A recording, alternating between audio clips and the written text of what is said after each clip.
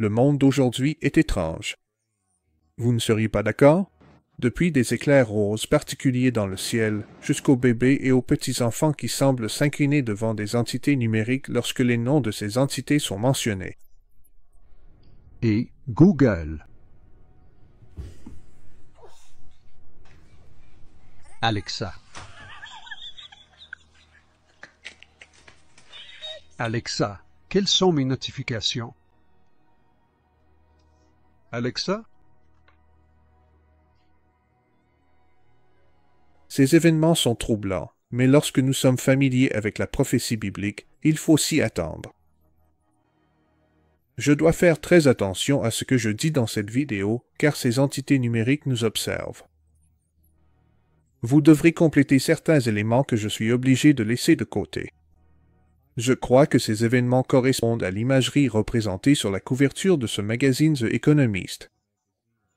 Il est facile de faire le lien entre ce qui est montré sur cette image et la façon dont nous voyons ces enfants réagir lorsque les noms de ces entités numériques sont mentionnés. Cela rappelle aussi un passage des livres de Daniel et de l'Apocalypse où des situations similaires étaient décrites. Alors un héros cria d'une voix forte, « À vous il est ordonné, peuple, nation et langue, qu'au moment où vous entendrez le son du cor, de la flûte, de la harpe, du luth, du psalterion, de la cornemuse et de toutes sortes de musique, vous vous prosterniez et adoriez l'image d'or que le roi Nabuchodonosor a dressée. » De plus, dans le livre de l'Apocalypse, nous lisons ce qui suit. « Et il lui fut donné d'animer l'image de la bête, afin que l'image de la bête parle, et fasse que tous ceux qui n'adoraient pas l'image de la bête soient tués. » Quand on comprend ce que signifie cette image, on comprend aussi pourquoi certains enfants sont morts de peur lorsqu'on s'adresse à ces entités. Google, quel temps fera-t-il demain? Et Google, allume la lampe. C'est bon, c'est bon.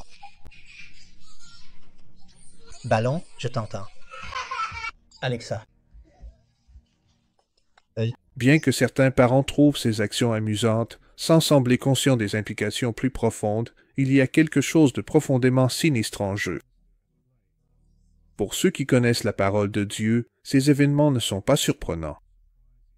Ils confirment que la prophétie biblique s'accomplit, indiquant clairement notre position sur la chronologie de Dieu. Maintenant, pour ceux qui sont tombés dans le piège de l'ennemi à ce sujet, gardez courage, car l'ennemi a volé à Dieu avant que son heure n'arrive, et il devra rendre au centuple. Si vous souhaitez approfondir ce sujet, veuillez regarder cette vidéo. Malgré l'étrangeté de ces événements, beaucoup restent incapables d'en discerner la signification. Nous comprenons cependant que ces développements sont scénarisés, se déroulant précisément comme prévu selon un plan minutieux conçu il y a longtemps, dont l'intention est d'obscurcir la vérité pour la majorité. Depuis des années, j'ai souligné comment une animation en particulier contient des indices cryptiques sur des événements majeurs que nous attendons depuis longtemps, même si nous n'avons jamais su exactement quand ils coïncideraient avec les représentations de l'animation. Récemment, cependant, la guerre entre Israël et l'Iran s'est déroulée exactement comme dans la scène de la salle de classe, où l'attaque surprise d'Israël contre l'Iran coïncidait avec l'obscurité qui tombait sur la classe. Cela a été suivi de 8 jours, représentés par le nombre de rotations effectuées par la pomme en roulant sur le sol, et même la réunion du G7 pendant cette période était indiquée sur le sol. Le président Trump a quitté cette réunion plus tôt afin de se préparer et de lancer des frappes américaines contre l'Iran, là encore exactement comme illustré dans cette animation. Qui aurait pu imaginer qu'un plan d'une telle importance serait dissimulé dans une animation? L'attaque du bombardier furtif dans l'animation est survenue après la chute des marchés. Celle-ci a été déclenchée par les guerres tarifaires de Trump et la couverture médiatique du conflit Iran-Israël. Il est impossible de nier que ce qui s'est passé dans le monde ces dernières semaines nous avait été présenté dans cette animation bien avant sa réalisation concrète. Cela met également en avant le détroit d'Ormuz et l'assèchement des approvisionnements en pétrole, un événement que nous n'avons pas encore pleinement observé, mais il y a actuellement beaucoup de rumeurs qui vont dans ce sens. Je pense que le monde assistera bientôt à la fermeture du détroit d'Ormuz, coupant ainsi l'approvisionnement mondial en pétrole. Et cet événement est probablement lié à cette image d'une explosion nucléaire en arrière-plan, avec un porte-avions en train de couler tandis qu'une femme pleure son enfant mort. La question maintenant est de savoir s'il y a d'autres événements récents que cette animation a prédits avec précision. Absolument. L'animation montre également avec beaucoup de précision la date du cessez-le-feu de Trump, qui est survenu de façon inattendue après que les installations nucléaires iraniennes auraient été détruites. Dans cette scène familière, un drapeau de la paix est brandi et un grand cercle avec un plus petit cercle se déplaçant dessus apparaît au sol, ce qui correspond à l'occultation de Jupiter par le Soleil le 24 juin, le jour exact où Trump a imposé le cessez-le-feu. Alors, à quoi peut-on s'attendre maintenant? L'animation donne-t-elle des indices sur les événements à venir? Je suis content que tu poses la question, car c'est effectivement le cas, et c'est aussi la raison pour laquelle j'ai créé cette vidéo, pour exposer ce à quoi il faut s'attendre dans les 2 prochaines semaines. Permettez-moi de spéculer à nouveau, car je ne sais pas si ce que j'entrevois se déroulera exactement comme je l'imagine. Je partage simplement ma compréhension, ou plutôt mon intuition, des événements basés sur les liens que je perçois entre ce qui est représenté dans cette animation, des événements qui se produisent dans le monde et la prophétie biblique.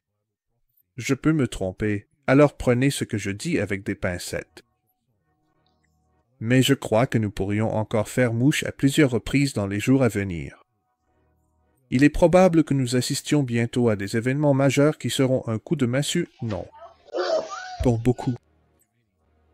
Bien que les liens soient faciles à repérer avec le recul, nous pouvons au moins identifier des dates précises suggérées dans cette animation qui, comme nous l'avons maintenant confirmé, révèle le plan de l'ultime étape au grand jour. La nature exacte de ces événements pourrait différer de ce que nous attendons, mais nous n'aurons pas à attendre longtemps pour le découvrir. En revenant à la scène de la salle de classe, une fleur de lotus s'épanouit après que la pomme se soit fondue, et Obama semble attendre nerveusement que les événements suivants se produisent. Cela semble faire référence à un événement de type 11 septembre, avec le drapeau américain déchiré et une personne portant un masque au visage triste se jetant d'une falaise. Cet événement semble lié à la division de la pomme, symbolisant la partition de la terre de Dieu qui doit avoir lieu prochainement.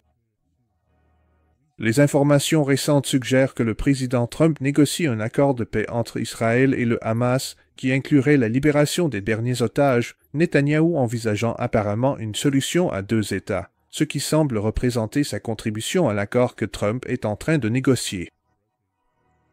Il est à noter que la silhouette aux bras écartés apparaît dans une autre scène, affichant une expression euphorique avec un logo ressemblant à celui de l'OTAN sur la poitrine dans les 2 cas. À mon avis, ces scènes font référence à un seul événement perçu comme tragique par ceux qui acceptent le récit proposé, tandis que d'autres y voient une expression euphorique, ce qui suggère qu'il ne pourrait s'agir que d'un événement sous fausse bannière. Cela reflète la tromperie du 11 septembre 2001, où un récit fabriqué a été présenté comme la vérité. Je pense que nous avons également une bonne idée de qui ce personnage pourrait représenter et que ce qu'il a dit dans ces 2 extraits a déjà préparé le terrain pour que ce récit se déroule selon ce plan, où un pays spécifique sera accusé de quelque chose qu'il n'a pas fait. S'il y a une attaque contre des intérêts américains, pouvez-vous promettre de mener une enquête complète et de la rendre transparente auprès du peuple américain avant d'accuser l'Iran d'une telle attaque? Eh bien, s'il y a une attaque, nous saurons presque immédiatement, grâce aux équipements modernes, qui a lancé l'attaque et ces personnes seront très, très mécontentes. Premier ministre. Je veux vous sortir du danger. Tu es en danger en restant à mes côtés. Pourquoi dire que vous n'êtes pas content de le signer si c'est l'Iran et ses mandataires qui ont menacé de riposter contre vous et votre équipe en vous tuant pour avoir éliminé Soleimani? Eh bien, ils ne l'ont pas fait. Et eux, ce serait une chose terrible pour eux de le faire, pas à cause de moi. S'ils faisaient ça, ils seraient anéantis. Ce serait la fin. J'ai laissé les instructions. S'ils le font, ils seront anéantis. Il ne restera plus rien. Et ils ne devraient pas pouvoir le faire. Et Biden aurait dû dire ça, mais il ne l'a jamais fait. Je ne sais pas pourquoi, peut-être par manque d'intelligence. Mais il ne l'a jamais dit. Monsieur le Président, lorsque vous avez dit que s'il le faisait, il serait anéanti, juste pour être clair, vous parlez du cas où l'Iran ferait une autre tentative contre vous? Ouais. Cela s'appellerait une éradication totale. Un rapport du CNRI qualifie ceux qui utilisent le terme « false flag » d'ennemis potentiels, déclarant « Les allégations de false flag occupent une place privilégiée dans la doctrine de la guerre hybride russe, un alibi prêt à l'emploi et facilement adaptable qui inverse les responsabilités, brouille l'attribution et permet de gagner du temps pour des manœuvres diplomatiques de diversion. » Compte tenu de ce rapport, spéculer qu'un événement à grand nombre de victimes ou l'élimination d'une figure clé est une opération sous faux drapeau pourrait désormais entraîner des accusations d'être un agent russe engagé dans la guerre hybride. L'existence d'un tel rapport suggère qu'un événement de ce type est imminent, comme illustré dans cette animation. Dans la scène avec la silhouette allongée, une lumière éclaire son visage, suivie d'un tremblement, puis une figure de l'Antéchrist émerge parmi des nénuphars. Le nénuphar, fleur de naissance du mois de juillet, pourrait indiquer qu'à partir du moment où le monde est ébranlé, il faudra 15 jours pour que l'Antéchrist prenne son rôle de dirigeant mondial, et cela devrait probablement se produire en juillet. Ceci, bien sûr, est lié au retrait de l'Église de la Terre, que l'on voit ensuite s'effondrer derrière lui. Le déclenchement de la guerre avec l'Iran et le bombardement de l'Iran par les États-Unis étaient codés dans le timing de la pomme. La division de la pomme est le prochain événement attendu.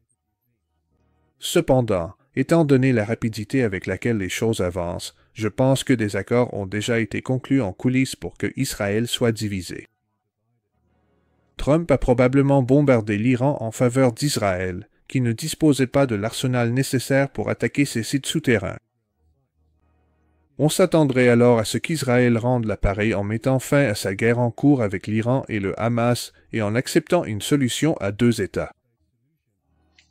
Nous attendons maintenant simplement que les résultats de ces accords se manifestent au grand jour, ce qui est représenté par l'air nerveux d'Obama alors qu'il attend le prochain 11 septembre. Sachant qu'un nénuphar se forme une fois que la pomme se fend, et que des nénuphars apparaissent aussi dans l'eau autour de l'Antéchrist lorsqu'il émerge, cette animation suggère que ces événements ont de fortes chances de se produire en juillet. Le drapeau de la paix associé au cessez-le-feu du 24 juin imposé par Trump avance également jusqu'au 4 juillet comme date clé pour un autre événement possible, étant donné les feux d'artifice liés à un squelette qui suit le cessez-le-feu. Cela suggérait un événement de perte massive lors d'un feu d'artifice. Gardez un œil sur le 4 juillet. Quelque chose d'important pourrait se produire à ce moment-là. Une autre scène montre un porte-avions en train de couler avec une explosion nucléaire en arrière-plan, potentiellement liée à l'une des dates que nous avons évoquées. Si l'Iran est accusé, une seconde vague de missions de bombardiers furtifs au Moyen-Orient pourrait suivre, l'intention étant d'anéantir l'Iran. Cela s'appellerait une annihilation totale. 2 autres scènes cruciales sont associées à des dates précises, le 9 juillet, lorsque la Lune est en Sagittaire, avec un garçon planant au-dessus d'une mosquée détruite, et le 11 juillet, lorsque le même garçon en blanc s'élève de la mosquée détruite lors d'une pleine lune. La programmation prédictive pour le 11 juillet inclut également des allusions de Donald Trump et Elon Musk. Musk a publié cette image sur son compte X, et Trump a mentionné être à Ground Zero le 7 novembre lors d'un discours, probablement de façon intentionnelle, vu sa vivacité d'esprit. Je pense que ce que je veux faire, c'est parler juste un instant. J'ai écrit ceci et c'est très proche de mon cœur parce que j'étais là-bas et j'ai vu nos policiers et nos pompiers à 7 novembre au World Trade Center juste après son effondrement.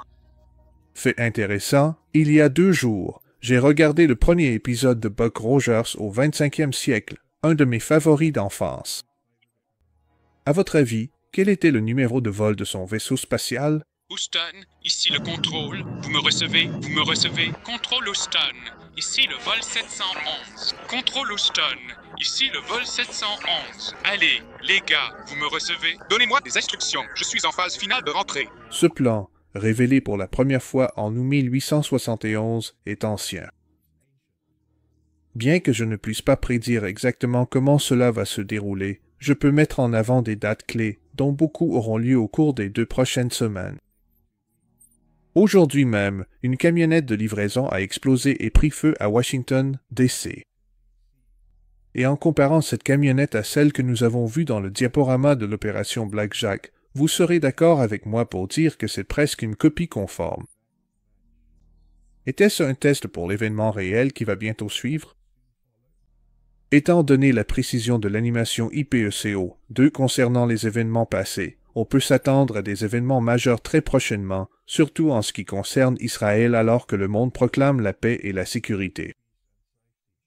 Nous sommes en plein dans cette période en ce moment. L'enlèvement est sur le point d'arriver, et beaucoup ne savent toujours pas si c'est un événement réel ou, s'ils le savent, où le situer sur la ligne du temps. Je vais garder cette vidéo courte car le temps presse, et je veux la publier avant que les événements ne s'aggravent encore plus. Une dernière remarque que j'aimerais faire, si vous n'avez pas vu ma série sur la première résurrection, la moisson et les modèles du temple, regardez-la de toute urgence. Disponible depuis des années, elle a suscité très peu d'attention, ce qui est vraiment décourageant. Les spectateurs qui l'ont regardée ont partagé leurs impressions, et j'aimerais que vous preniez en compte certains de leurs commentaires. Je ne partage pas cela pour les vues ou le profit. Ma chaîne n'est pas monétisée car Dieu m'a demandé de ne pas tirer profit de sa vérité, qu'il m'a donnée gratuitement, et il attend de moi que je la partage aussi gratuitement avec les autres. Nourrissez le troupeau de Dieu qui est parmi vous, en veillant sur lui, non par contrainte, mais de bon gré. Non pour un gain sordide, mais avec dévouement. Guérissez les malades, purifiez les lépreux, ressuscitez les morts, chassez les démons. Vous avez reçu gratuitement, donnez gratuitement. La raison pour laquelle je vous encourage à regarder cette série est d'acquérir la compréhension que le Saint-Esprit m'a transmise, répondant même à mes questions les plus complexes avec des passages précis qui semblent avoir été écrits spécialement pour répondre à mes interrogations il y a des millénaires. Seul le Saint-Esprit pouvait fournir la compréhension partagée dans cette série, et je rends toute la gloire à notre Père Céleste de m'avoir permis de voir ce qu'il m'a montré. Mais je ne suis que le stylo qu'il a utilisé. C'est tragique que si peu de gens recherchent cette connaissance, surtout en ces temps-ci. Évidemment, il y a aussi les algorithmes des plateformes de réseaux sociaux qui empêchent le partage de ces informations. Cela résout des différends au sein du corps du Christ, mais la parole de Dieu se révèle une fois de plus vraie à ce sujet, comme Jésus l'a dit. Entrez par la porte étroite, car large est la porte et spacieux le chemin qui mène à la perdition, et il y en a beaucoup qui entrent par là. Car étroite est la porte et resserré le chemin qui mène à la vie, et il y en a peu qui les trouvent. J'espère que vous saisirez cette opportunité et le temps limité qu'il reste pour explorer ces informations avec urgence. Puisse cela vous bénir et vous apporter de la certitude sur des sujets que nous débattons souvent. Notre temps ici sur Terre touche à sa fin, et j'ai hâte de découvrir ce que notre Père Céleste a préparé pour nous dans son royaume. Et je vous le promets, j'ai attendu ce moment pendant de nombreuses décennies. J'espère te voir au festin de noces et que tu sais comment te préparer à entrer par la porte. Jusqu'à la prochaine fois, ou jusqu'à ce que nous nous retrouvions dans les airs, que Dieu te bénisse.